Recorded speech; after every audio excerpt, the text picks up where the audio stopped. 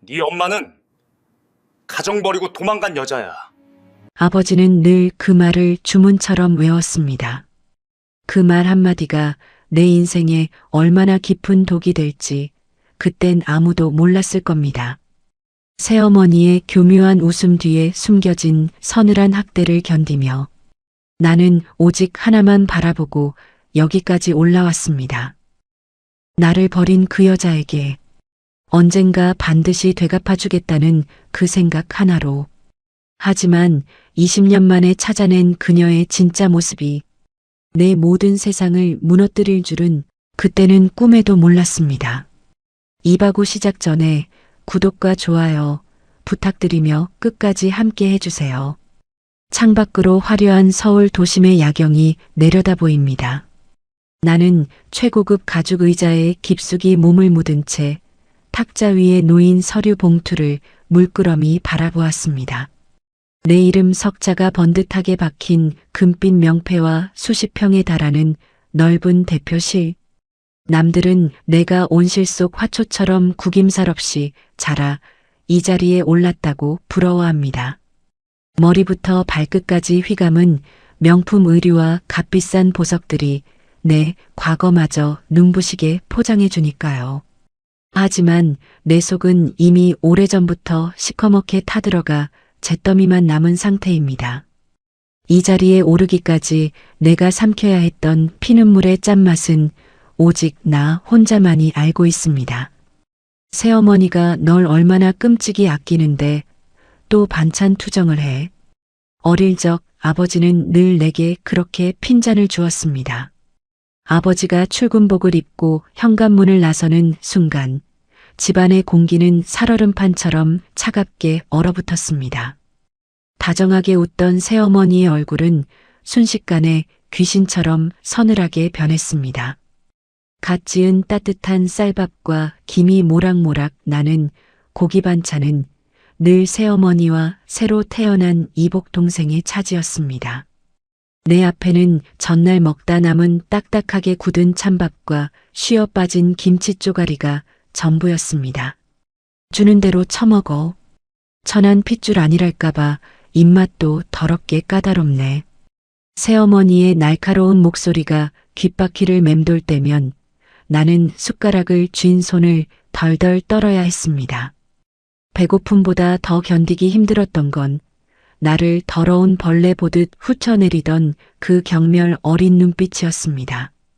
한겨울에도 보일러조차 틀어주지 않는 북향의 작은 창고방. 낡고 얇은 혼잎을 하나의 의지에 밤새 몸을 웅크리고 있으면 뼛속까지 스며드는 한기에 이가 덜덜 떨렸습니다.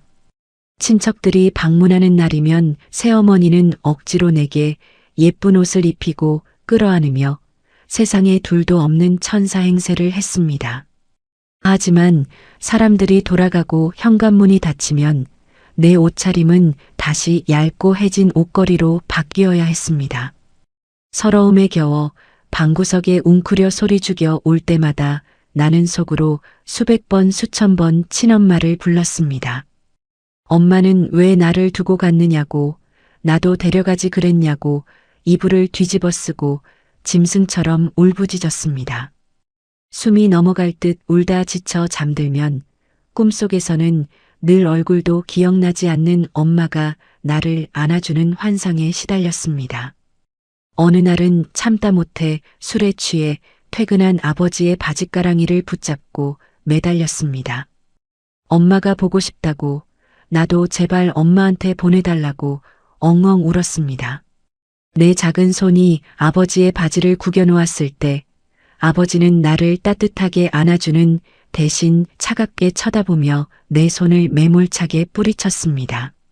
내 엄마는 자기 혼자 호강하겠다고 널 버리고 도망간 독한 년이야. 나 몰래 돈까지 훔쳐서 달아났다고. 다신 그 여자 찾을 생각 마라. 그 말이 내 어린 가슴에 시뻘건 대못을 박았습니다. 엄마는 나를 사랑했던 게 아니었습니다. 그저 내가 귀찮은 혹이었을 뿐이고 자기 혼자 잘 먹고 잘 살겠다고 나를 지옥 한가운데 버려두고 간 것이었습니다. 그 사실을 뼈저리게 깨달은 10살의 그 겨울밤부터 나는 더 이상 울지 않았습니다. 눈물샘이 말라버린 자리에는 지독한 도끼와 살기가 차올랐습니다. 내가 이 끔찍한 집구석에서 살아남는 길은 단 하나뿐이었습니다. 누구도 나를 함부로 짓밟지 못하게, 특히 나를 낳고 버린 그 여자가 훗날 내 앞에 엎드려 피눈물을 흘리며 후회하게 만들 정도로 완벽하게 성공하는 것. 오직 그 생각 하나로 밤을 새워가며 악착같이 책상머리에 앉았습니다. 졸음이 쏟아지면 허벅지를 바늘로 찔러가며 버텼고, 한겨울에도 얼음장 같은 수돗물에 얼굴을 처박으며 정신을 차렸습니다. 주제 파악 좀 해. 내가 길을 쓰고 공부해봤자 우리의 발끝이나 따라가겠니? 새어머니가 내 책과 공책을 바닥에 내동댕이 치며 비웃을 때도 나는 바닥에 기어다니며 찢어진 종이 조각을 주워 모았습니다. 동생이 수백만 원짜리 과외를 받으며 툴툴거릴 때 나는 남들이 버린 너덜너덜한 문제집을 주워다 지우개로 지워가며 풀고 또 풀었습니다. 손가락에 굳은 살이 박이다 못해 펜을 쥘 때마다 찢어지는 고통이 밀려왔지만 내 마음속의 상처에 비하면 아무것도 아니었습니다. 대학에 들어가서는 하루에 아르바이트를 3개씩 뛰면서도 장학금을 한 번도 놓치지 않았습니다. 식당 주방에서 남이 먹다 남긴 밥으로 끼니를 때우면서도 속으로 다짐하고 또 다짐했습니다.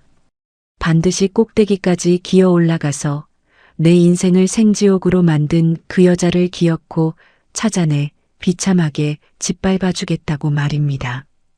그리고 오늘 나는 드디어 그 기나긴 20년의 기다림에 마침표를 찍을 준비를 마쳤습니다. 대표님, 의뢰하신 분의 행적을 드디어 찾았습니다. 워낙 오래전 일이라 흔적이 없어서 애를 좀 먹었지만 확실합니다. 낮에 조심스럽게 사무실을 다녀간 흥신소 직원의 묵직한 목소리가 아직도 귓가에 맴돕니다. 그가 탁자 위에 정중하게 올려둔 갈색 서류 봉투 속에는 내가 20년 동안 단 하루도 잊지 않고 증오했던 그 여자의 이름과 현재 거주지가 선명하게 적혀 있습니다. 나는 그 여자가 필시 돈 많고 능력 있는 남자와 재혼해서 사모님 소리를 들으며 떵떵거리고 살 줄 알았습니다. 으리으리한 대저택에서 고급 승용차를 굴리며 나를 지옥구덩이에 밀어넣은 사실조차 까맣게 잊은 채 자기 혼자 천국에서 호우거리며 웃고 있을 거라 굳게 믿었습니다. 그래서 나 역시 그 여자보다 더 화려하고 기품 있는 모습으로 나타나 그 여자의 안락한 세상을 무참히 박살 내주겠다고 수백 번 시뮬레이션을 돌려왔습니다. 나는 천천히 손을 뻗어 서류 봉투를 집어들었습니다. 거친 종이의 질감이 손끝에 닿자 몸 전체가 미세하게 떨려왔습니다. 이 얇은 봉투를 여는 순간 내 20년의 핀 맺힌 복수국이 마침내 막을 올리는 것입니다. 눈을 지그시 감자 최고급 맞춤 정장을 입고 그 여자 앞에 서서 서늘하게 비웃어주는 내 모습이 떠올랐습니다. 당신이 쓰레기처럼 버린 그 핏덩이가 이렇게 찬란하고 거대하게 성공했다고? 당신은 평생 가슴을 치며 뼈저린 후회와 끔찍한 수치심 속에서 살아가야 한다고 똑똑히 뱉어줄 작정이었습니다. 나는 숨을 한번 깊게 들이마시고 마침내 봉투의 입구를 거칠게 뜯어냈습니다. 안에는 얇은 종이 한 장과 흥신소 직원이 몰래 찍어온 흐릿한 사진 몇 장이 겹쳐져 있었습니다. 나는 매서운 눈빛으로 첫 번째 사진을 꺼내 들었습니다. 하지만 사진을 확인한 순간 내 오만했던 복수심은 한순간에 당혹감으로 변해 멈칫하고 말았습니다. 사진 속 배경은 번쩍이는 대저택도 담벼락이 높은 고급스러운 아파트 단지도 아니었습니다. 질척거리는 바닥과 비릿한 생선 냄새가 사진 밖으로까지 진동할 것만 같은 허름한 시장통 뒷골목이었습니다. 빛바랜 천막 아래 금방이라도 쓰러질 듯 낡아 빠진 국밥집 간판이 위태롭게 매달려 있었습니다. 그리고 그 국밥집 주방 뒷문에서 온갖 때에 찌든 다해진 앞치마를 두르고 쭈그려 앉아 팔을 다듬고 있는 늙고 초라한 여자의 뒷모습이 보였습니다. 찢어진 고무 장갑 사이로 불어 터진 손가락이 삐져나와 있었고 구분 등 위로는 희끗희끗한 머리카락이 헝클어져 있었습니다. 한눈에 보아도 삶의 고단함에 짓눌려 숨조차 제대로 쉬지 못하는 늙고 병든 여자의 모습이었습니다. 내 심장이 미친 듯이 쿵쾅거리기 시작했습니다. 나를 버리고 호강하며 살아야 마땅할 그 여자가, 내 기억 속 젊고 예뻤던 그 여자가 왜 저런 시궁창 같은 곳에 웅크리고 있는 걸까요? 대체 이게 무슨 꼴을 하고 사는 거야? 나를 버렸으면 보란듯이 잘 살기라도 했어야지. 입술 사이로 새어나온 내 목소리는 분노인지 원망인지 모를 감정으로 가늘게 떨리고 있었습니다. 당장 내일 이 서류에 적힌 시장통 주소로 찾아가면 나는 과연 어떤 얼굴과 마주하게 될까요? 복수의 칼날을 시퍼렇게 벼려왔던 나의 완벽한 계획은 생각지도 못한 그 여자의 초라함 앞에서 걷잡을 수 없이 흔들리기 시작했습니다. 다음 날 아침 나는 최고급 외제 승용차의 시동을 거칠게 걸었습니다. 부드러운 가죽 시트의 감촉이 오늘따라 유난히 이질적이고 낯설게 느껴졌습니다. 백미러에 비친 내 얼굴은 흠잡을 데 없이 완벽했습니다.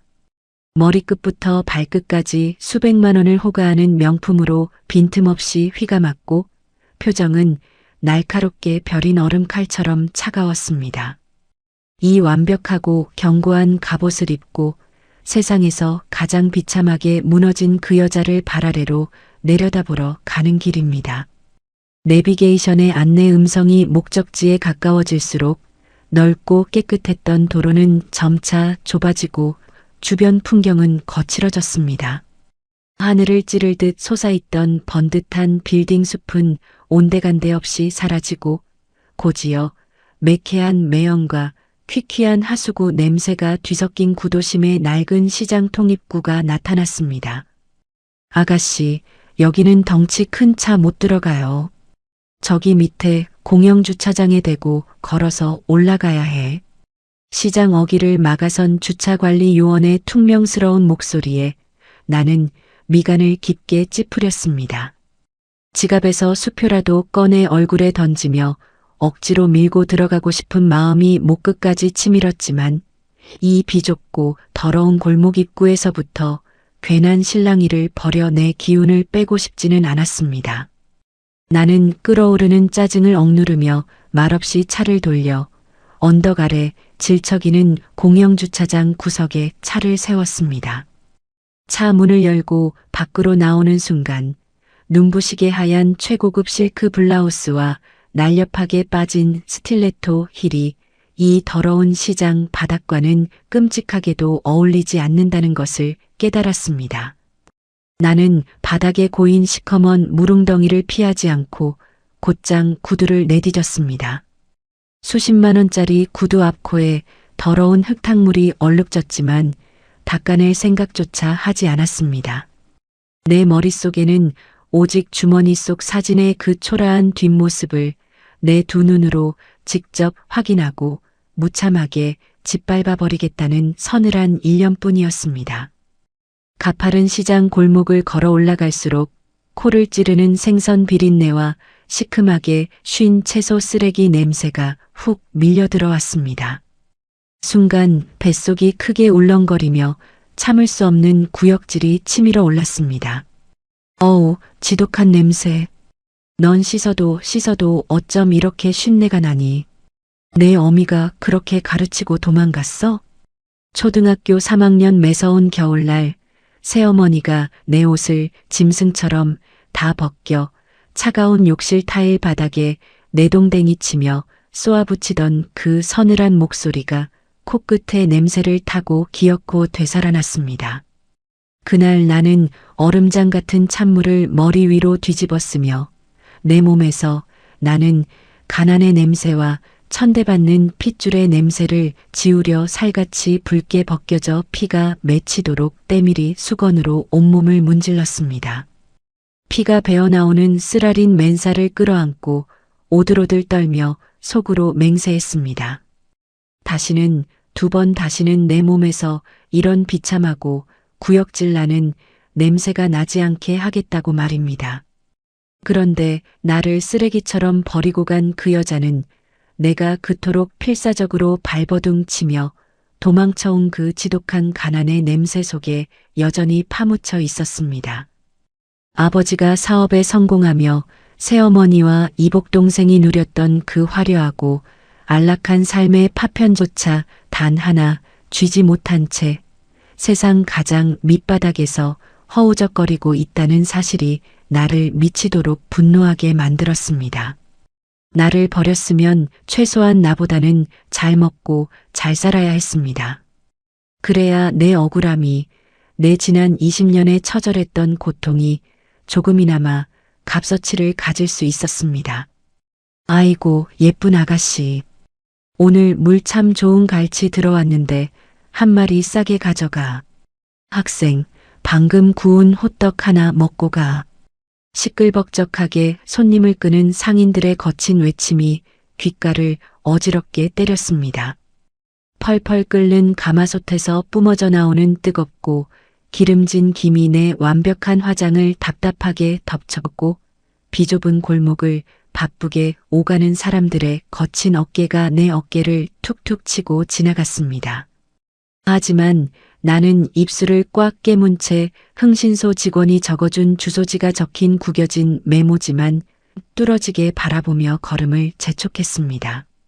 심장이 갈비뼈를 부수고 밖으로 튀어나올 것처럼 미친 듯이 쿵쾅거렸습니다.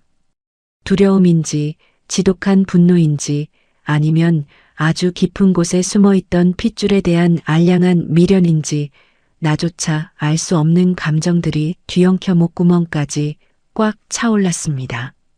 시장 가장 깊숙한 안쪽으로 들어갈수록 사람들의 인적은 드물어지고 골목은 더 어둡고 축축해졌습니다.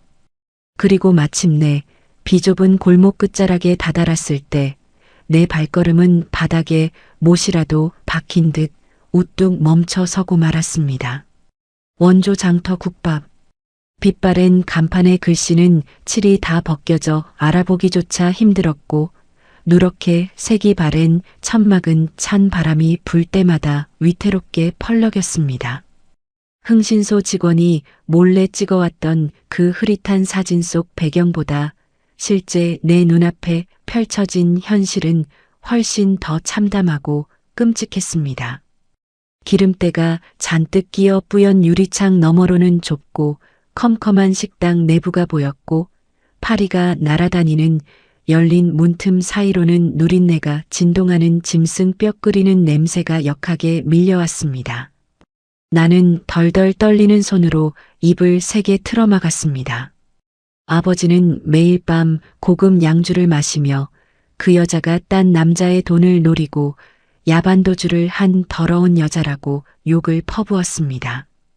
새어머니는 그 여자가 나를 버리고 새끼를 낳아 떵떵거리며 호강하고 있을 거라며 내 가슴에 수시로 염장을 질렀습니다. 그런데 아버지가 퍼부은 그 끔찍한 저주가 다 무엇이란 말입니까? 새어머니의 그 비웃음은 다 무엇이었단 말입니까? 저 다 쓰러져가는 낡고 더러운 국밥집이 나를 버리고 선택한 천국의 정체란 말입니까? 나는 천천히, 아주 천천히 국밥집 옆으로 난 비좁고 습한 주방 뒷골목으로 걸음을 옮겼습니다. 질척이는 바닥을 밟는 내 뾰족한 구두 굽소리가 텅 빈 골목에 유난히 크고 날카롭게 울려 퍼졌습니다. 어두운 코너를 도는 순간 시뻘건 대형 고무 다라이 앞에서 쭈그려 앉아 산더미처럼 쌓인 기름진 뚝배기를 닦고 있는 늙은 여자의 뒷모습이 시야에 들어왔습니다. 거친 철수 세미를 쥔 손은 기계처럼 쉴 새 없이 움직이고 있었고 한여름도 아닌데 얇은 셔츠 등줄기는 식은 땀으로 흥건하게 젖어 있었습니다. 굽은 등뼈가 얇은 옷 위로 도드라져 보일 만큼 앙상하고 비루한 몸뚱이였습니다. 20년 전 내 작은 손을 잡고 동네 시장을 걸을 때마다 다정하게 콧노래를 부르던 맑고 곱던 우리 엄마. 내 기억 속 그 눈부시게 빛나던 젊고 예쁜 여자는 온데간데 없고 그 자리에는 모진 세월과 고생에 무참히 짓밟힌 늙고 초라한 노파만이 숨을 헐떡이며 남의 그릇을 닦고 있었습니다. 순간 가슴 가장 깊은 곳에서 알 수 없는 거대한 울음이 상처 입은 짐승처럼 치밀어 올랐습니다. 불쌍해서가 아니었습니다. 이토록 끔찍하고 구질구질하게 살 거면서 대체 왜 나를 두고 혼자 도망쳤는지, 왜 나를 그 지옥 같은 새어머니의 소나귀에 벌레처럼 버려두고 이런 시궁창에 처박혀 숨어 있는지, 분노를 넘어선 지독한 배신감이 온몸의 피를 거꾸로 솟구치게 만들었습니다. 나는 입술을 꽉 깨물어 입안에 고이는 비릿한 피맛을 삼키며 감정을 억눌렀습니다. 여기서 무너지면 안 됩니다. 나는 동정하러 온 것이 아니라 처절하게 응징하고 비웃어 주러 온 것이니까요. 나는 움츠러든 어깨를 꼿꼿하게 펴고 목까지 차오른 뜨거운 울음을 서늘한 도끼로 꾹꾹 눌러 담았습니다. 세상에서 가장 차갑고 오만한 표정을 얼굴에 단단히 덧씌운 채 그릇을 닦는 늙은 여자의 구분 등 뒤로 천천히 다가갔습니다. 내 뾰족한 구두코가 여자의 더러운 장화 끝에 닿을 만큼 가까워졌습니다. 차가운 내 그림자가 여자의 젖은 등 위로 길고 무겁게 드리워졌습니다. 등 뒤에 서늘한 인기척을 느낀 여자가 칫솔질을 하듯 멈칫하더니 거품이 묻은 철수세미를 내려놓고 뻣뻣하게 굳은 고개를 천천히 위로 들어 올렸습니다. 그리고 마침내 20년 동안 단 한 번도 잊은 적 없던 그 낯익은 눈동자와 내 서늘한 시선이 허공에서 날카롭게 부딪혔습니다. 손님, 식당 입구는 저쪽 앞문입니다요. 여기는 쓰레기 버리는 뒷골목이에요. 나를 올려다보는 그 탁하고 주름진 눈동자에는 아무런 빛도 죄책감도 담겨 있지 않았습니다. 20년 만에 마주친 핏덩이를 전혀 알아보지 못하는 그 멍청하고 초라한 얼굴을 마주한 순간 내 안에서 펄펄 끓어오르던 분노는 차갑게 얼어붙어 날카로운 비수가 되었습니다. 자기 속으로 낳은 핏줄을 버리고 도망친 주제에 저토록 평온한 눈빛으로 남처럼 나를 대하다니요. 과연 내 입에서 내 이름 석자가 튀어나오는 순간에도 저 여자가 저렇게 바보 같은 표정을 지을 수 있을까요? 나를 무슨 구청 위생과 직원이나 빚쟁이로 착각한 모양이었습니다. 여자는 황급히 젖은 고무장갑을 벗어 앞치마에 쓱쓱 문질러 닦으며 허리를 굽실거렸습니다. 굽은 등뼈가 움직일 때마다 낡은 셔츠 위로 앙상한 뼈마디가 드러났고 얼굴에는 거뭇한 기미와 깊게 파인 주름이 훈장처럼 덕지덕지 붙어 있었습니다. 나를 피부치가 아닌 성가신 불청객으로 대하는 그 비굴한 태도가 오히려 내 핏장을 거꾸로 솟구치게 만들었습니다. 나는 입술을 비틀어 차가운 미소를 지었습니다. 그리고 얼굴을 절반이나 가리고 있던 커다란 명품 선글라스를 천천히 벗어내렸습니다. 서늘한 뒷골목의 음습한 공기가 내 드러난 맨얼굴 위로 차갑게 내려앉았습니다. 내 또렷한 눈매와 오뚝한 콧날은 거울을 볼 때마다 나조차 소름이 끼칠 정도로 저 여자의 젊은 시절을 끔찍하게도 빼다 박은 모습이었습니다. 여자의 탁한 눈동자가 내 맨얼굴에 닿는 순간이었습니다. 허리를 굽실거리던 여자의 어깨가 돌처럼 뻣뻣하게 굳어졌습니다. 벗어던지려던 고무장갑이 바닥으로 툭 떨어지며 시커먼 구정물이 여자의 낡은 장화 위로 사방팔방 튀었습니다. 왜요? 이제야 내가 누군지 알아보겠어요. 내 목소리는 스스로 듣기에도 소름이 돋을 만큼 낮고 서늘했습니다. 여자의 메마른 입술이 파르르 떨리기 시작했습니다. 깊게 패인 눈가에 순식간에 시뻘건 핏발이 서더니 금방이라도 숨이 넘어갈 듯 헉헉거리는 거친 숨소리가 좁은 골목을 위태롭게 채웠습니다. 너.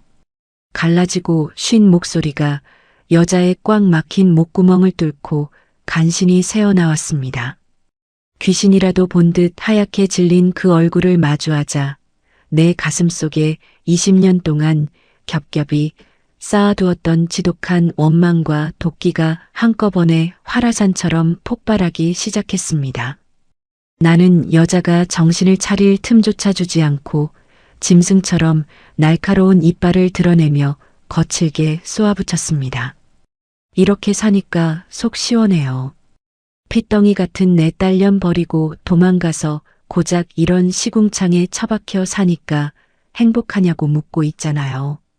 내 입에서 튀어나온 말들은 날카로운 유리 파편이 되어 여자의 가슴팍에 사정없이 꽂혔습니다. 여자는 아무 말도 하지 못하고 그저 두 손으로 자신의 입을 틀어막았습니다.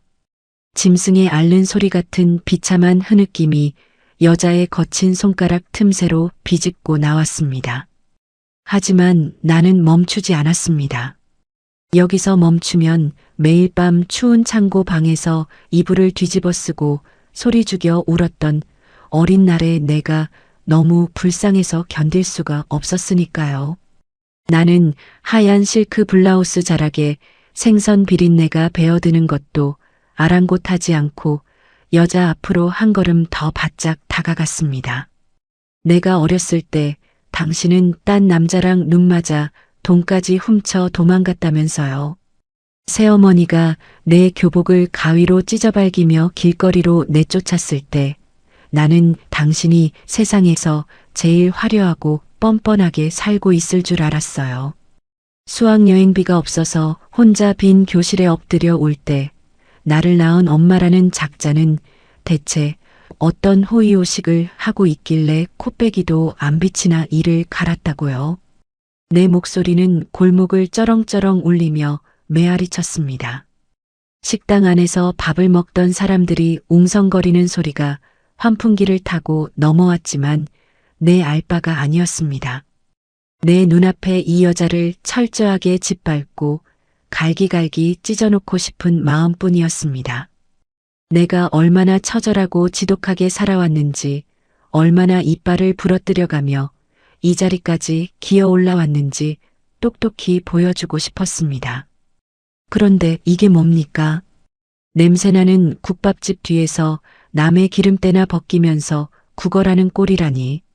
당신이 내 엄마라는 사실이 구역질이 날 만큼 수치스럽고 끔찍해요.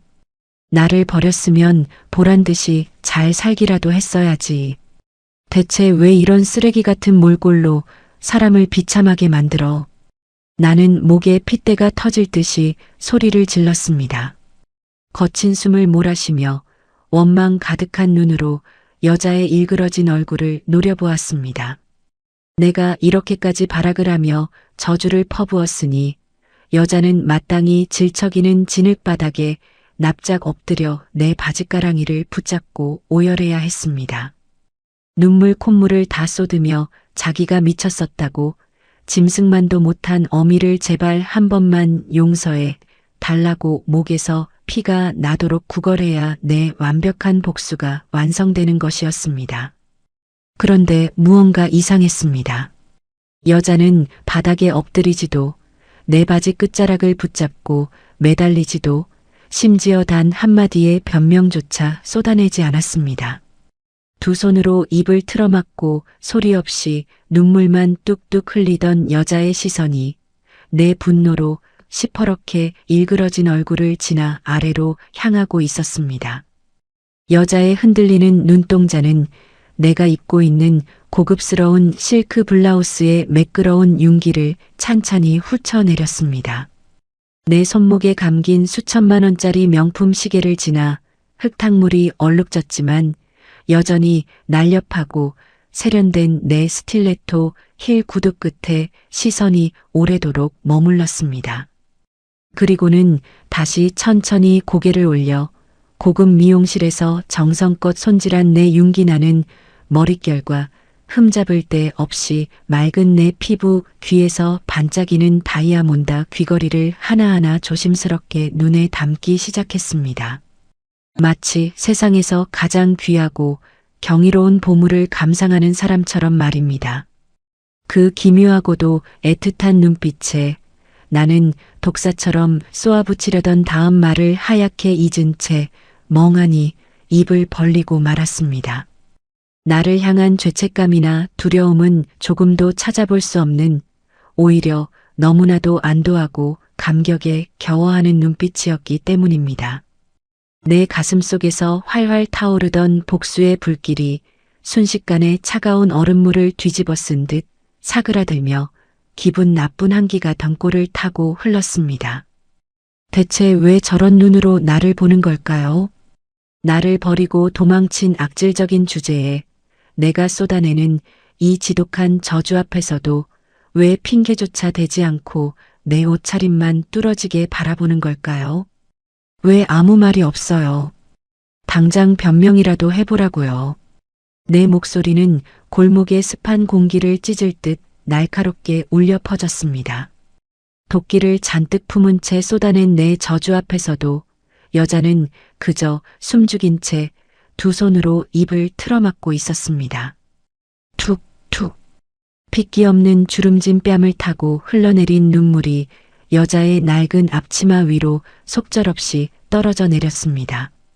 나는 당장이라도 여자의 멱살을 틀어쥐고 흔들며 왜 나를 버렸냐고 악을 쓰고 싶었습니다. 그런데 내 분노를 조롱하기라도 하듯 여자의 시선은 내 일그러진 눈동자가 아니라 내 몸을 감싸고 있는 화려한 거칠애에만 머물러 있었습니다. 여자의 시선이 내 윤기 나는 실크 블라우스에 매끄러운 깃을 쓰다듬고 반짝이는 다이아몬드 귀걸이를 매만지더니 이내 흠집 하나 없이 곱게 가꿔진 내 하얀 손등 위에서 멈췄습니다. 여자가 천천히 한쪽 손을 들어 올렸습니다. 시뻘건 고무장갑을 벗어 던진 여자의 맨손은 끔찍할 정도로 상해 있었습니다. 주부습진으로 갈라져 피가 맺힌 손끝, 굳은 살이 박여 딱딱해진 마디, 불에 대고 칼에 베인 흉터들이 거북이 등껍질처럼 흉측하게 얽혀 있었습니다. 여자는 그 떨리는 거친 손을 내 쪽으로 뻗어오다 행여나 내 비싸고 깨끗한 옷에 더러운 때라도 묻힐까 두려운 듯 허공에서 황급히 손을 거두어 들였습니다. 그리고는 앞치마 자락을 끌어당겨 자신의 눈물범벅이 된 얼굴을 마구 문질러 닦았습니다. 마치 세상에서 가장 귀한 손님 앞에서 자신의 초라한 꼴을 감추려는 사람처럼 허둥지둥 옷매무새를 가다듬는 그 비굴한 몸짓이 내 심장을 알 수 없는 불쾌감으로 옥죄어 왔습니다. 이윽고 여자가 입을 틀어막고 있던 손을 내리고 갈라진 입술을 달싹였습니다. 나를 쓰레기처럼 버리고 떠난 지 20년 만에 나를 낳은 친엄마의 입에서 터져나온 첫마디였습니다. 그래, 우리 딸 정말 공주님처럼 예쁘게 구김살 없이 잘 컸구나. 순간 귓가에서 이명이 울리며 골목의 모든 소음이 거짓말처럼 멎어버렸습니다. 나는 내 귀를 의심하며 멍하니 여자의 얼굴을 바라보았습니다. 여자의 얼굴에는 나를 향한 죄책감이나 미안함 따위는 단 한 줌도 없었습니다. 오히려 평생을 짓눌러왔던 거대한 체증이 쑥 내려간 듯한 너무나도 후련하고 감격에 겨운 환한 미소가 그 쪼글쪼글한 주름 사이로 번져나가고 있었습니다. 내 가슴 속에서 시퍼렇게 나를 세우고 있던 복수의 칼날이 허공에서 갈 길을 잃고 맥없이 바닥으로 툭 떨어져 내리는 기분이었습니다. 공주님, 구김살 없이 잘 컸다. 그 두 마디의 말이 내 머릿속을 하얗게 난도질하기 시작했습니다. 지금 뭐라고 했어요? 내 입에서 새어나온 목소리는 형편없이 떨리고 있었습니다. 공주님? 구김살? 당신 지금 제정신이야. 내가 어떻게 살았는데 그 지옥 같은 집구석에서 내가 어떤 취급을 받으며 버텨왔는데 당신이 그 잘난 새어머니와 새로 태어난 동생에게 내 자리를 내어주고 뻔뻔하게 도망친 그날부터 내 인생은 단 하루도 공주였던 적이 없었습니다.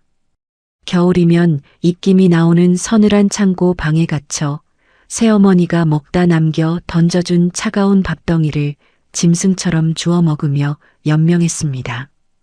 이복 동생이 실수로 귀한 도자기를 깨뜨린 날 새어머니는 내 머리채를 휘어잡고 구둣발로 내 등짝을 짓밟으며 모든 죄를 내게 뒤집어 씌웠습니다. 내 몸뚱이에는 늘 시퍼런 멍이 가시지 않았고 내 마음속에는 당신을 향한 핏빛 증오만이 유일한 양식이었습니다. 그런데 당신이 무슨 자격으로 나를 보며 안도한다는 말입니까? 당신이 뭔데 내 끔찍했던 20년의 지옥을 공주라는 가증스러운 단어로 덮어버린단 말입니까? 내가 어떻게 컸는지 당신이 알기나 해. 새어머니가 한겨울에 길바닥으로 내쫓았을 때 내가 당신을 얼마나 저주했는지 알아. 자식 버리고 딴 남자랑 도망가서 돈방석에 앉아있을 줄 알았더니 고작 이런 냄새나는 시궁창에서 국밥 가르시나 닦으며 살아. 그래놓고 뭐 공주처럼 커서 다행이라고. 나는 짐승처럼 울부짖었습니다. 머리끝까지 치밀어 오른 억울함과 당혹감에 온몸이 사시나무 떨리듯 요동쳤습니다. 내가 악을 쓰며 다가서자 환하게 안도하던 여자의 미소가 순식간에 돌처럼 굳어버렸습니다. 탁하게 고여있던 여자의 눈동자가 공포와 혼란으로 무섭게 흔들리기 시작했습니다. 그게 무슨 소리야? 길바닥으로 내쫓다니. 매를 맞고 크다니. 그럴 리가 없잖아. 내 아빠가 나한테 분명히 약속했는데 그 여자가 너만큼은 우리 딸만큼은 세상에서 제일 귀한 부잣집 공주로 키워주겠다고. 여자의 입술이 파랗게 질려 달달 부딪혔습니다. 내가 이 쓰레기 같은 꼴로 나타나면 내 앞길 망칠까봐. 나 같은 애미 없는 게 내가 그 좋은 집에서 호강하고 사는데 더 나을까봐. 내가 20년을 벌레처럼 숨어서 살았는데 그 독한 인간들이 내 새끼를, 내 불쌍한 새끼를. 그 순간 여자의 앙상한 다리가 푹 꺾이며 질척이는 진흙 바닥 위로 무참하게 주저앉았습니다. 시커먼 구정물이 여자의 바지를 적셨지만 여자는 일어설 생각조차 하지 못하고 바닥을 긁으며 짐승 같은 통곡을 토해내기 시작했습니다. 나는 망치로 뒤통수를 세게 얻어맞은 듯 숨을 쉴 수가 없었습니다. 세상이 빙글빙글 돌며 내 발밑에 땅이 통째로 꺼져 내리는 것만 같았습니다. 당신이 돈을 훔쳐 도망갔다고, 당신이 나를 버렸다고 귀주머니가 닳도록 속삭이던 아버지의 서늘한 목소리가 귓가를 맴돌았습니다. 그리고 부잣집 공주로 키워주겠다고 약속했다며 오열하는 눈앞의 친엄마. 대체 누구의 말이 진실이란 말입니까? 내가 20년 동안 믿고 원망하며 밥 대신 씹어 삼켰던 그 지독한 진실이 송두리째 거짓이었다는 말입니까? 나는 휘청거리는 다리에 억지로 힘을 주며 바닥에 주저앉은 여자를 향해 소리쳤습니다. 거짓말 마. 어디서 그따위 얄팍한 거짓말을 해. 당신이 딴 남자랑 눈이 맞아서 아빠가 모아둔 돈까지 싹 다 훔쳐서 야반도주했다고 했어. 내가 유치원에 간 사이에 내 옷까지 하나 챙겨주지 않고 자기 혼자 살겠다고 도망간 독한 년이라고 아버지가 내 귀에 못이 박히도록 말했다고. 그런데 이제 와서 무슨 공주 타령이야. 당신이 버린 거잖아. 날 지옥에 버려두고 혼자 도망친 거잖아. 내 목소리는 형편없이 갈라져 쇳소리가 나고 있었습니다. 인정할 수 없었습니다. 만약 이 여자의 말이 사실이라면 내가 평생을 바쳐 씹어 삼켰던 그 도끼와 복수심은 길을 잃고 맙니다. 새어머니의 모진 학대를 견디며 오직 친엄마를 향한 증오 하나로 버텨온 내 지난 날들이 너무나도 우습고 처참해지기 때문이었습니다. 하지만 내 악다구니 앞에서도 여자는 고개를 가로저으며 꺽꺽 숨 넘어가는 소리만 토해냈습니다. 시커먼 진흙이 잔뜩 묻은 손으로 자신의 가슴팍을 퍽퍽 내리치며 억울함에 짓눌린 피 맺힌 울음을 쏟아냈습니다. 아니야. 아니야, 내 새끼야. 내가 널 어떻게 버려. 내가 내 목숨 같은 널 어떻게 버리고 도망을 가. 여자의 두 눈동자에서 핏물이 섞인 듯 붉은 눈물이 쏟아져 내렸습니다. 내 아빠가 미쳐서 그랬어. 사업이 망해서 빚쟁이들이 집까지 들이닥치던 그의 겨울에 내 아빠가 그 여자를 집으로 데리고 들어왔어. 배가 산만하게 부른 그 여자를 안방에 밀어넣으면서 내게 그러더라. 이 여자가 자기 빚 다 갚아주고 공장도 다시 살려주기로 했다고. 그러니까 너는 몸만 나가라고. 내 옷까지 하나 못 챙기게 하고 한겨울에 쓰레기 버리듯 나를 맨발로 대문 밖으로 내쫓았어. 나는 벼락이라도 맞은 듯 굳어버렸습니다. 새어머니. 겉으로는 우아하고 교양 넘치던 그러나 단둘이 남겨질 때마다 내게서 빈티가 난다며 매질을 서슴지 않았던 그 여자. 내가 태어날 때부터 그 집에 있었던 것처럼 뻔뻔하게 안방을 차지했던 그 여자가 사실은 내 친엄마를 내쫓고 들어온 불륜녀였다는 사실에 숨이 턱 막혀왔습니다. 그럼 나를 데려갔어야지. 당신이 내 엄마면 나를 끌어안고 같이 나갔어야지. 나를 그 구렁텅이에 놔두고 당신 혼자 쫓겨나는 게 말이 돼. 아무리 가난해도 아무리 굶어 죽어도 나를 데려갔어야지. 내 원망이 섞인 절규에 여자는 바닥에 엎드린 채로 짐승처럼 울부짖었습니다. 데려가려고 했어. 며칠 밤낮을 그 집 대문 앞에서 무릎이 닳도록 빌고 또 빌었어. 내 새끼 얼굴만 한번 보게 해달라고. 밥은 굶어도 좋으니까 내 딸만 내어달라고 바짓가랑이를 붙잡고 매달렸어. 그런데 내 아빠가 어떻게 한 줄 알아? 사람들을 풀어서 나를 개 패듯이 팼어. 내가 내 유치원 근처에 얼씬만 해도 깡패들을 시켜서 내 뼈를 부러뜨려 놓겠다고 협박했어. 여자는 떨리는 손으로 자신의 희끗희끗한 머리카락을 걷어 올렸습니다. 귀 밑에서부터 목덜미까지 끔찍하게 살이 패이고 찢어진 크고 흉측한 흉터가 선명하게 드러났습니다. 내 아빠가 날 계단에서 밀어버렸어. 머리가 깨져서 피가 철철 나는데도 내 아빠는 눈 하나 깜짝 안 하더라. 그러면서 내 얼굴에 돈봉투를 던지면서 그랬어. 쥐뿔도 없는 년이 애 데려가서 길바닥에서 굶겨 죽일 작정이냐고. 자기가 그 돈 많은 여자랑 너를 세상에서 제일 귀한 부잣집 공주로 사모님 소리 듣게 키워줄 테니까 다신 내 앞에 나타나지 말라고. 세상이 빙글빙글 돌았습니다. 위액이 식도를 타고 역류하며 참을 수 없는 구역질이 치밀어 올랐습니다. 아버지는 나를 보호하기 위해 친엄마를 욕한 것이 아니었습니다. 자신의 추악한 외도와 폭력을 감추기 위해 그리고 나를 담보로 새어머니의 재산을 차지하기 위해 철저하게 나를 세뇌하고 친엄마를 괴물로 만들어버린 것이었습니다. 내가 그 말을 어떻게 안 믿어. 나는 초등학교도 못 나와서 글도 제대로 모르고 평생 식당 주방이나 전전하던 무식한 년인데 내가 널 데려가면 너도 나처럼 평생 냄새나는 국밥 그릇이나 닦으며 살 텐데 내 아빠가 너를 으리으리한 양옥집에서 피아노 가르치고 예쁜 옷 입혀서 키워주겠다는데 못난 애미가 무슨 욕심으로 널 데려오겠어. 그래서 참았어. 내가 나를 짐승만도 못한 년이라고 욕해도, 내가 나를 죽도록 원망해도 우리 딸이 그 좋은 집에서 호강하고 구김살 없이 컸으면 그걸로 내 인생은 다 보상받은 거라고 20년을 매일 밤 기도하면서 버텼어.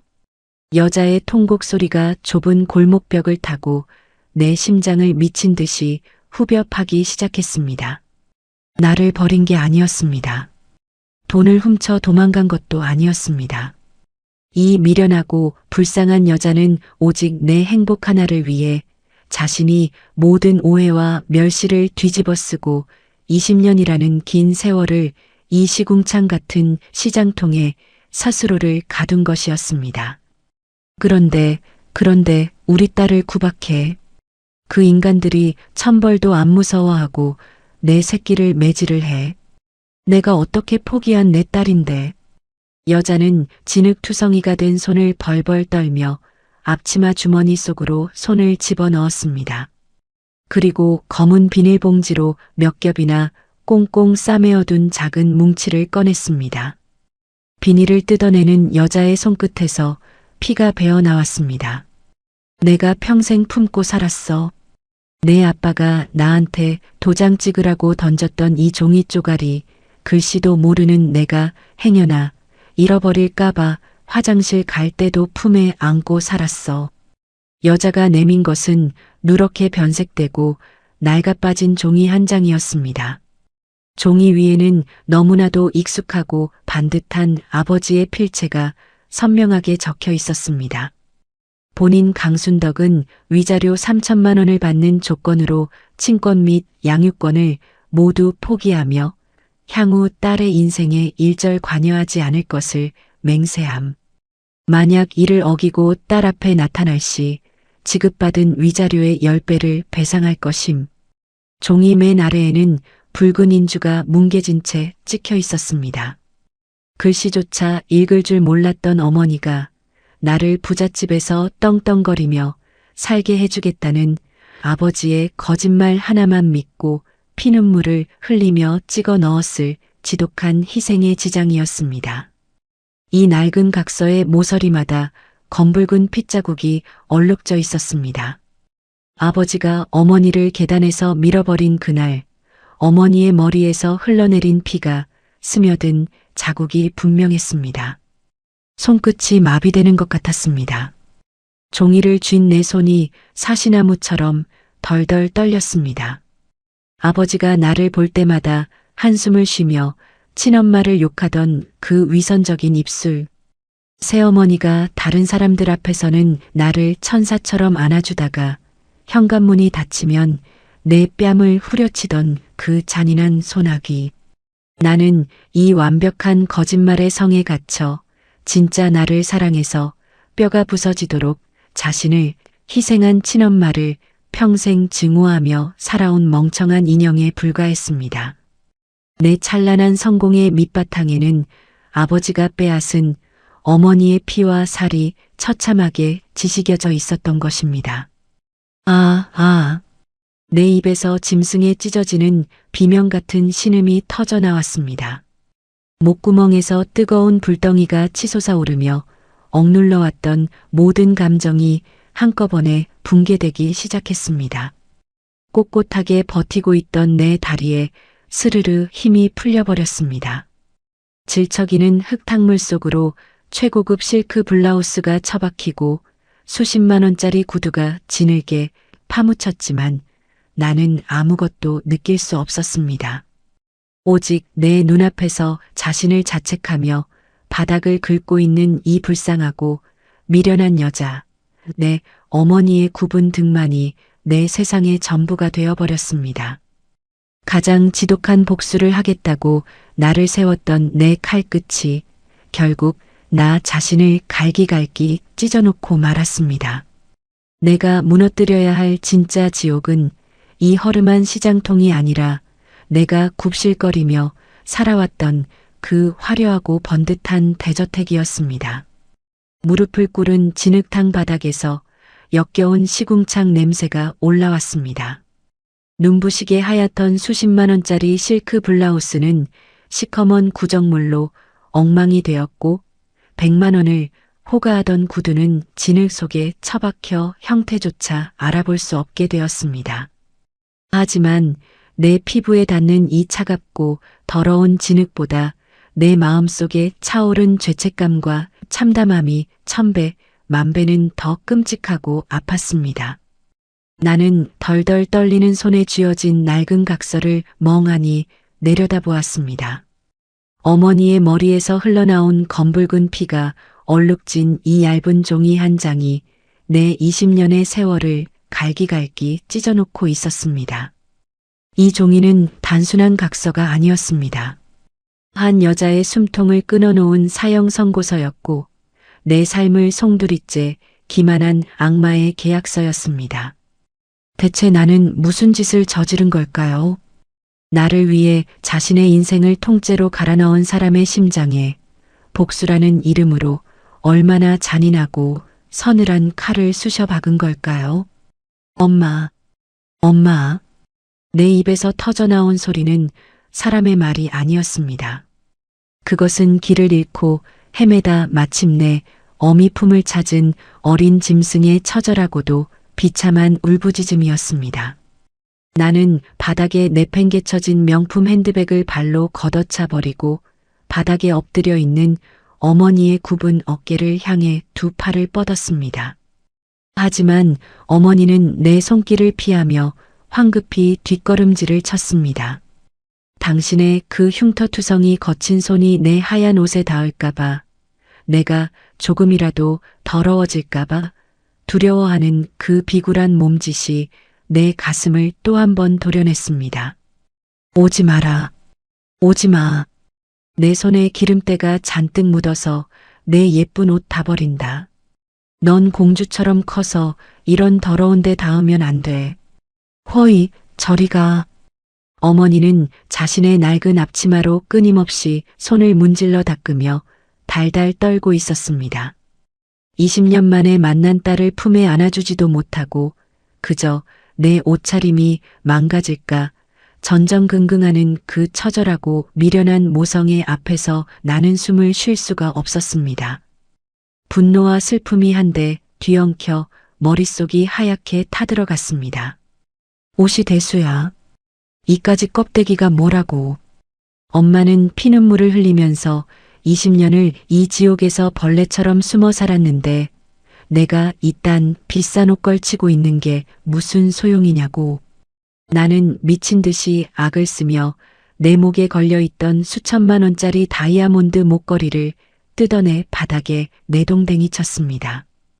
귀에 걸린 귀걸이도 거칠게 빼어 진흙탕 속에 던져버렸고 손목에 감긴 명품 시계마저 풀어발로 지식이듯 밟아버렸습니다. 아버지가 사준 것들, 새어머니가 다른 사람들 앞에서 내 체면을 세워준답시고 던져주었던 그 가증스러운 사치품들이 내 목을 조르는 독사처럼 느껴졌습니다. 나를 옥죄고 있던 이 거짓된 성공의 상징들이 너무나도 수치스럽고 역겨워 견딜 수가 없었습니다. 왜 말 안 했어? 왜 나한테 사실대로 말 안 했어? 아빠가 악마라고 새엄마가 엄마를 내쫓은 불륜녀라고 왜 한 번도 날 찾아와서 말해주지 않았냐고. 내가 진흙바닥을 주먹으로 내리치며 피를 토하듯 울부짖자 어머니는 흠칫 놀라며 당신의 거친 손으로 내 두 주먹을 다급히 감싸쥐었습니다. 안 돼. 내 손 상한다. 이 곱고 하얀 손 다치면 안 돼. 어머니의 손바닥은 굵은 사포처럼 거칠었고 손가락 마디마디는 오래된 나무 뿌리처럼 기형적으로 굳어 있었습니다. 하지만 그 투박하고 흉측한 손이 내 부드러운 손등을 꽉 감싸는 순간 형언할 수 없는 거대한 온기가 내 얼어붙은 심장을 단번에 녹여내렸습니다. 내가 어떻게 찾아가? 어떻게 널 찾아가서 내 몰골을 보여줘? 비가 억수같이 쏟아지던 내 고등학교 입학식 날이었어. 내가 우산도 없이 학교 정문 앞 낡은 구멍가게 처마 밑에 숨어서 너 교복 입고 나오는 거 한번 보겠다고 종일 기다렸어. 혹시라도 비 맞을까봐 내 아빠가 좋은 차 타고 와서 너 태워가는 거 볼 때까지 기다렸단 말이야. 어머니의 눈에서 또다시 탁한 눈물이 쏟아져 내렸습니다. 내가 그 여자랑 한 우산 쓰고 환하게 웃으면서 차에 타는데 그 모습이 너무 예뻐서 눈물이 났어. 비록 나는 빗물에 흠뻑 젖어 덜덜 떨고 있었지만 내 새끼는 비 한 방울 안 맞고 호강하고 크는구나 싶어서 내가 그 자리에서 엎드려 얼마나 감사 기도를 올렸는지 몰라. 내가 그렇게 웃었으면 된 거라고, 내 새끼 구김살 없이 컸으면 된 거라고 내 가슴을 치면서 삼켰어. 어머니의 그 말이 내 심장에 시퍼런 비수를 꽂았습니다. 나는 입을 떡 벌린 채 숨조차 쉬지 못했습니다. 비가 내리던 나의 고등학교 입학식. 내 머릿속에 그날의 기억이 생생하게 떠올랐습니다. 새어머니는 남들 앞에서는 내게 우산을 씌워주는 척 환하게 웃었지만 우산대 끝으로 내 어깨를 미친 듯이 쿡쿡 찔러대고 있었습니다. 차 문이 닫히자마자 내 교복 치마에 빗물이 튀어 시트가 더러워졌다며 내 뺨을 사정없이 후려쳤던 그 끔찍한 날이었습니다. 나는 그 어두운 차 뒷좌석에서 뺨을 부여잡고 소리 죽여 울며 나를 버린 당신을 미치도록 저주하고 원망했는데 당신은 그 차가운 빗속에서 나를 보며 안도하고 감사 기도를 드리고 있었다니. 이토록 잔인하고 엇갈린 운명이 세상 천지 어디에 또 있단 말입니까? 아, 엄마. 나는 더 이상 이 거대한 슬픔을 이기지 못하고 어머니의 품으로 짐승처럼 무너져 내렸습니다. 내 두 팔이 어머니의 앙상한 등뼈를 으스러지도록 꽉 끌어안았습니다. 한 줌의 살집도 없이 뼈만 앙상하게 남은 어머니의 몸뚱이는 가을바람에 날리는 마른 낙엽처럼 가벼웠습니다. 내 옷에 기름때가 묻는다며 밀어내려던 어머니의 나약한 저항도 내 처절한 통곡 앞에서는 결국 사르르 무너져 내리고 말았습니다. 어머니의 굳은 두 팔이 조심스럽게, 아주 조심스럽게 내 등을 감싸 안았습니다. 20년 만에 처음으로 닿아보는 어머니의 체온이었습니다. 시장통의 지독한 생선 비린내와 시큼한 국밥 냄새 뒤로 아주 오래전 내 기억 속 가장 깊은 곳에 묻혀있던 포근하고 따뜻한 어머니의 진짜 냄새가 훅 밀려왔습니다. 아이고, 내 새끼, 내 불쌍한 새끼. 얼마나 보고 싶었는데. 내가 널 얼마나 안아보고 싶었는데. 이 애미가 미안하다. 바보 같아서 널 지켜주지도 못하고 미안해. 어머니는 내 등을 투박한 손으로 쓸어내리며 어린아이처럼 소리내어 엉엉 울음을 터뜨렸습니다. 내가 지옥 같은 집에서 견뎠던 세월과 어머니가 시궁창 같은 시장에서 감내했던 세월이 진흙탕 위에서 뒤엉켜 거대한 눈물바다가 되었습니다. 우리의 피 맺힌 울음소리가 비좁은 시장 뒷골목을 가득 채우고 잿빛 하늘 위로 아득하게 흩어졌습니다. 얼마나 오랜 시간 그 진흙탕 속에서 서로를 끌어안고 울었는지 모릅니다. 내 등을 쓰다듬는 어머니의 거칠고 따뜻한 손길을 느끼며 나는 평생 나를 짓눌러 왔던 지독한 원망의 족쇄가 산산조각 나서 가루가 되는 것을 느꼈습니다. 하지만 동시에 텅 빈 내 가슴속을 비집고 들어와 자리 잡은 것은 이전과는 비교조차 할 수 없는 차갑고도 거대하게 응축된 살기 어린 분노였습니다. 나를 속이고 내 어머니의 인생을 시궁창에 짐승처럼 처박아 버린 두 악마. 나와 내 어머니의 소중한 20년을 철저하게 농락하고 그 피눈물 위에서 호의호식하며 떵떵거리고 살아온 아버지와 새어머니. 그들은 지금 이 순간에도 따뜻하고 호화로운 거실 소파에 앉아 자신들의 완벽한 성이 영원할 것이라 굳게 믿으며 교만한 웃음을 짓고 있을 것입니다. 나는 어머니의 품에 얼굴을 묻은 채 서서히 눈을 떴습니다. 눈물로 젖어 있던 내 눈동자 속에서 시퍼런 칼날 같은 도끼가 번뜩였습니다.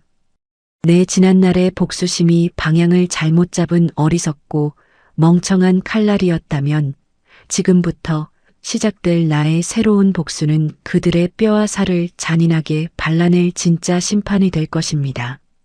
나는 어머니의 품에서 천천히 고개를 들어 눈물 범벅이 된 어머니의 주름진 얼굴을 마주 보았습니다. 엄마, 이제 그만 울어. 이제 다 끝났어. 나는 흙탕물이 묻은 손으로 어머니의 눈물을 닦아주며 서늘하게 미소 지었습니다. 과연 나는 그 뻔뻔하고 악랄한 두 짐승을 어떤 방식으로 찢어발겨 이 시장통 진흙 바닥보다 더 깊은 나락으로 끌어내릴 수 있을까요? 내 어머니가 흘린 피눈물의 대가를 받아낼 진짜 피바람은 이제부터 시작이었습니다. 어머니를 시장통 허름한 여간방에 모시고 깨끗한 옷을 갈아입힌 뒤 나는 곧장 내 사무실로 돌아왔습니다. 거울 속에 비친 내 모습은 진흙투성이의 엉망진창이었지만 내 두 눈빛만큼은 그 어느 때보다 시퍼렇게 번뜩이고 있었습니다. 나는 곧바로 내 회사 전속 변호사들을 긴급 소집했습니다.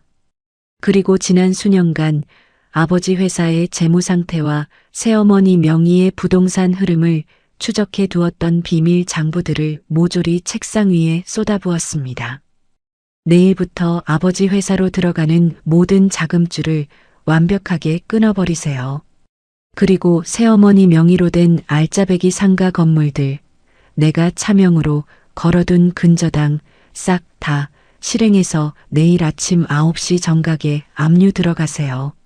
내가 서늘한 목소리로 지시하자 변호사들은 사색이 된 얼굴로 서로의 눈치만 살폈습니다. 아무리 그래도 친아버지의 숨통을 하루아침에 이렇게 잔인하게 끊어놓는 것에 당황한 기색이 역력했습니다. 대표님, 이렇게 동시에 자금줄을 막고 압류를 터뜨리면 회장님 회사는 일주일은커녕 단 3일도 못 버티고 곧바로 부도가 납니다.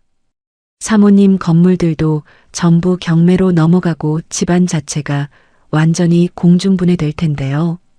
수석 변호사의 떨리는 목소리에 나는 입꼬리를 비틀어 올리며 차갑게 웃었습니다.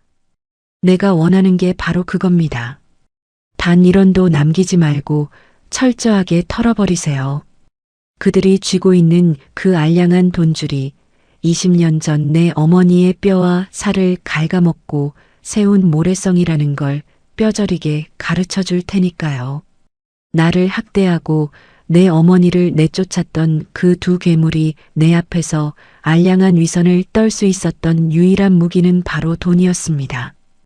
그깟 돈 때문에 아버지는 괴물이 되었고 새어머니는 교만한 여왕 행세를 했습니다. 그들이 신처럼 떠받들던 그 돈으로 나는 그들의 숨통을 가장 고통스럽게 조여줄 작정이었습니다. 그로부터 정확히 3일 뒤였습니다. 지잉, 지잉. 내 책상 위에서 미친 듯이 울려대는 핸드폰 화면에 아버지라는 세 글자가 떴습니다. 나는 서늘한 눈빛으로 전화기를 내려다보다 천천히 통화 버튼을 눌렀습니다. 너 이게 대체 무슨 짓이냐? 내가 어떻게 아비한테 이런 칼을 꽂아? 거래처 대금 결제가 싹 다 막히고 내 새엄마 상가 건물들까지 죄다 압류가 들어왔어. 너 미쳤어. 수화기 너머로 들려오는 아버지의 비명 섞인 고함 소리는 공포와 경악으로 형편없이 갈라져 있었습니다. 평생을 내 앞에서 오만하게 군림했던 그 당당하고 위압적이던 목소리는 온데간데 없고 절벽 끝에 매달려 살려달라고 발악하는 짐승의 헐떡거림만 남아 있었습니다. 왜요, 아버지? 이제야 20년 전 맨발로 길바닥에 쫓겨났던 내 어머니의 심정이 조금 이해가 가시나요? 내가 차갑게 대꾸하자 전화기 너머에서 헉 하고 숨을 들이마시는 소리가 들렸습니다. 너 설마 그 천박한 년을 만난 거냐? 그년이 무슨 헛소리를 짓거린 거야? 그녀는 돈을 훔쳐서 딴 놈이랑 도망간 더러운 년이라고 내가 몇 번을. 닥쳐. 나는 벼락같이 소리를 질렀습니다. 내 서늘한 일갈에 아버지의 변명은 쥐 죽은 듯 뚝 끊겼습니다. 당신이 내 어머니를 어떻게 내쫓았는지, 어떻게 계단에서 밀어버리고 피를 흘리게 만들었는지 내가 그 두 눈으로 똑똑히 확인했어. 당신이 내 어머니의 목숨을 담보로 쥐어준 그 피 묻은 각서, 내가 내 손으로 직접 만져봤다고. 그런데도 끝까지 그 더러운 입으로 내 어머니를 모욕해. 나는 터질 것 같은 심장을 억누르며 얼음장처럼 차가운 목소리로 최후 통첩을 날렸습니다. 지금 당장 짐 싸서 본가 대문 밖으로 나와. 당신들이 평생 떵떵거리고 살았던 그 대저택, 이미 내 명의로 넘어온 지 오래니까. 단 1시간의 유예를 주지. 그 시간 안에 나오지 않으면 용역들을 풀어서 그 여자의 머리채를 질질 끌고 내쫓아버릴 테니까. 나는 매정하게 전화를 끊어버렸습니다. 아버지가 믿고 까불던 마지막 보루인 그 으리으리한 본가 대저택. 사실 나는 3년 전부터 치밀하게 회사의 지분을 삼키고 아버지의 방만한 경영을 역이용해 집의 소유권을 조용히 내 앞으로 돌려놓은 상태였습니다. 내가 언제든 그들의 숨통을 끊어놓기 위해 준비해둔 가장 치명적인 독리가 마침내 오늘 그들의 목덜미에 깊숙이 꽂힌 것입니다. 1시간 뒤 나는 10여 명의 건장한 경호원들을 이끌고 본가 대저택의 거대한 철문을 거칠게 열어젖혔습니다. 야, 이 미친년아. 내가 어떻게 나한테 이래. 내가 널 어떻게 키웠는데 감히 내가 내 집을 뺏어. 현관문이 열리자마자 헝클어진 머리를 한 새어머니가 미친 사람처럼 뛰쳐나와 내게 달려들었습니다. 늘 고상한 척하며 수백만 원짜리 명품 옷을 걸치고 우아하게 차를 마시던 그 여자의 얼굴은 공포와 분노로 기괴하게 일그러져 악귀처럼 변해 있었습니다. 새어머니가 날카로운 손톱을 세우고 내 뺨을 향해 손을 뻗는 순간이었습니다. 옆에 서 있던 경호원이 새어머니의 팔을 거칠게 꺾어 바닥에 무릎을 꿇렸습니다. 아, 이거 나. 이거 안 나. 새어머니가 대리석 바닥에 짐승처럼 엎드려 비명을 지르자 뒤이어 뛰어나온 아버지가 사색이 된 얼굴로 내 발밑에 털썩 주저앉았습니다. 딸아, 내가 잘못했다. 내가 미쳐서 그랬어. 제발 이 집만은 뺏지 말아다오. 내 동생은 아직 대학생인데 이 길바닥에 나앉으면 우린 다 굶어 죽는다. 제발 한 번만 용서해다오. 아버지는 내 구두 끝을 붙잡고 눈물 콧물을 쏟으며 엉엉 울기 시작했습니다. 20년 전 가난하고 힘없는 내 어머니를 그토록 무참하게 짓밟고 쫓아냈던 그 피도 눈물도 없던 괴물이 지금은 내 발 아래 엎드려 벌레처럼 목숨을 구걸하고 있었습니다. 그 비참하고 찌질한 몰골을 내려다보고 있자니 가슴속에서 서늘한 웃음이 터져 나왔습니다. 왜 이래, 아버지. 당신이 20년 전에 내 어머니한테 했던 말 똑같이 돌려주려고 온 거잖아. 쥐뿔도 없는 년이 길바닥에서 굶어 죽기 싫으면 당장 내 눈앞에서 사라지라고 당신이 내 어머니 얼굴에 피 묻은 돈봉투를 던지면서 그랬지. 나는 지갑에서 10,000원짜리 지폐 몇 장을 꺼내 내 구두를 붙잡고 오열하는 아버지의 얼굴 위로 경멸스럽게 흩뿌렸습니다. 팔랑거리며 바닥에 떨어지는 지폐를 보자 아버지는 수치심에 얼굴이 시뻘겋게 달아올라 덜덜 떨기 시작했습니다. 그리고 당신. 나는 바닥에 엎드려 악을 쓰는 새어머니의 머리채를 틀어쥐고 서늘하게 속삭였습니다. 내가 어릴 때 반찬 투정한다고 겨울에 내 옷 다 벗겨서 찬물 뿌렸던 거 기억나? 내 교복 찢어발겨서 길바닥으로 내쫓고 내 친딸년 도자기 깬 거 나한테 뒤집어 씌워서 구둣발로 짓밟았던 거 다 기억하냐고. 새어머니의 두 눈이 공포로 크게 확장되며 핏발이 섰습니다. 그때 당신이 나한테 천안 핏줄 어쩌고 하면서 냄새난다고 했지? 이제 그 지독한 가난의 냄새, 당신들이 평생 뼈저리게 맡으면서 살게 해줄게. 단 돈 10원도 챙기지 말고 지금 입고 있는 그 옷차림 그대로 당장 내 집에서 꺼져. 나는 새어머니의 머리채를 거칠게 내동댕이 쳤습니다. 경호원들이 두 사람의 양팔을 붙잡고 짐짝처럼 질질 끌어 대문 밖으로 내동댕이 쳤습니다. 화려했던 대저택의 육중한 철문이 쿵 하고 닫히는 소리와 함께 밖에서 문을 두드리며 살려달라고 울부짖는 두 짐승의 절규가 희미하게 멀어졌습니다. 나는 그 차갑게 닫힌 철문을 뒤로하고 천천히 거실로 걸어 들어갔습니다. 세상에서 가장 화려하고 아름다웠던 지옥. 나와 내 어머니의 피눈물로 지어진 이 끔찍한 성이 마침내 무너져 내리는 순간이었습니다. 하지만 내 복수는 여기서 끝이 아니었습니다. 이 화려한 대저택의 진정한 주인을 가장 영광스러운 모습으로 모셔와야 할 마지막 감동의 클라이맥스가 나를 기다리고 있었습니다. 나는 곧바로 시장통 구석의 허름한 여관방으로 차를 몰았습니다.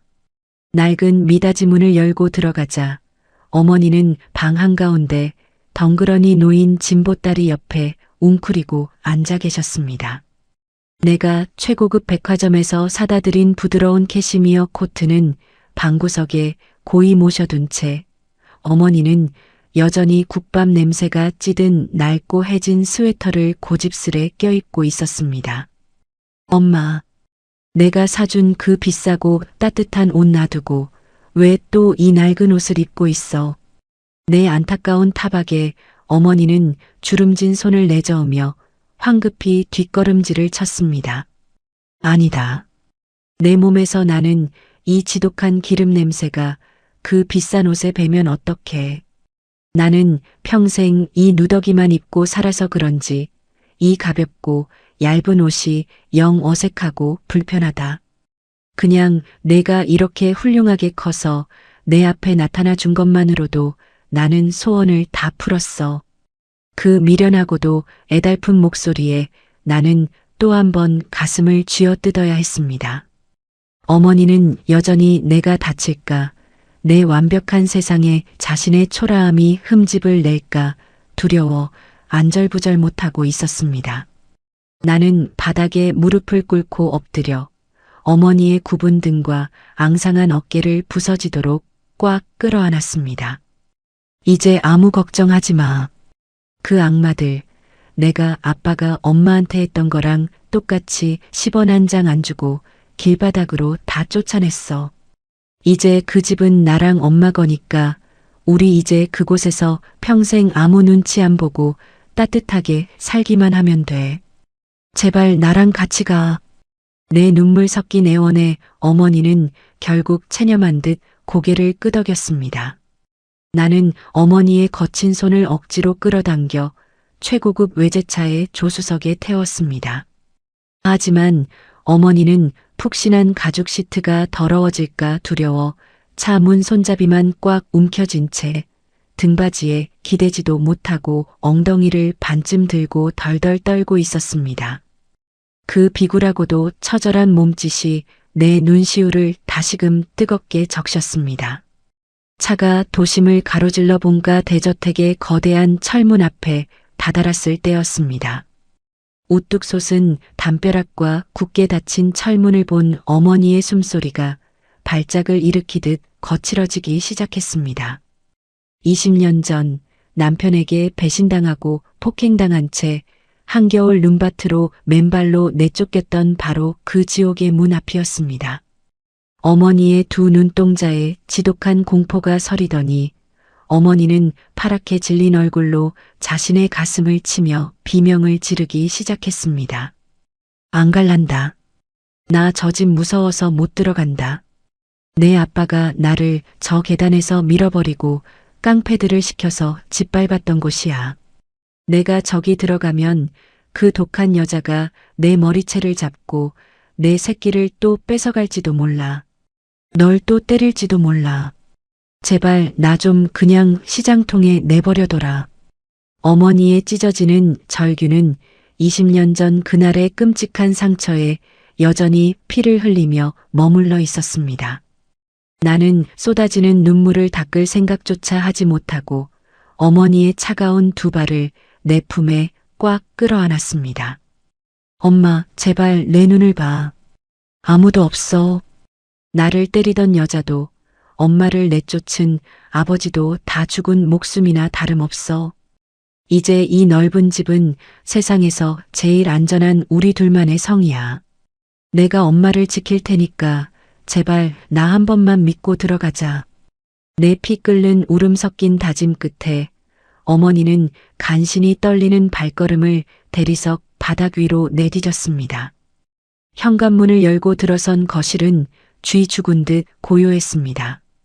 으리으리한 크리스탈 샹들리에와 끝없이 넓은 거실을 둘러보며 어머니는 경외감과 두려움이 뒤섞인 표정으로 입을 다물지 못했습니다. 그러나 어머니의 흔들리는 시선이 마지막으로 머문 곳은 수백만 원짜리 수입 장식장도 벽에 걸린 값비싼 명화도 아니었습니다. 어머니는 부들부들 떨리는 손으로 자신의 낡은 스웨터 안주머니를 뒤적이더니 겹겹이 말아둔 시커먼 비닐봉지를 조심스럽게 꺼내 넓고 차가운 식탁 위에 올려놓았습니다. 내 아빠가 나를 피투성이로 내쫓던 그날 밤에 내가 부엌에 몰래 기어들어가서 훔쳐 달아났던 거다.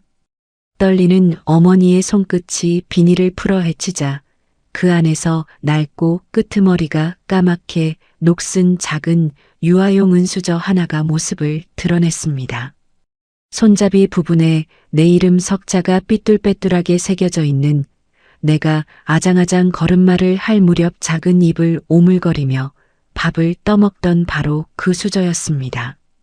금붙이도 아니었고 비싼 폐물도 아니었어.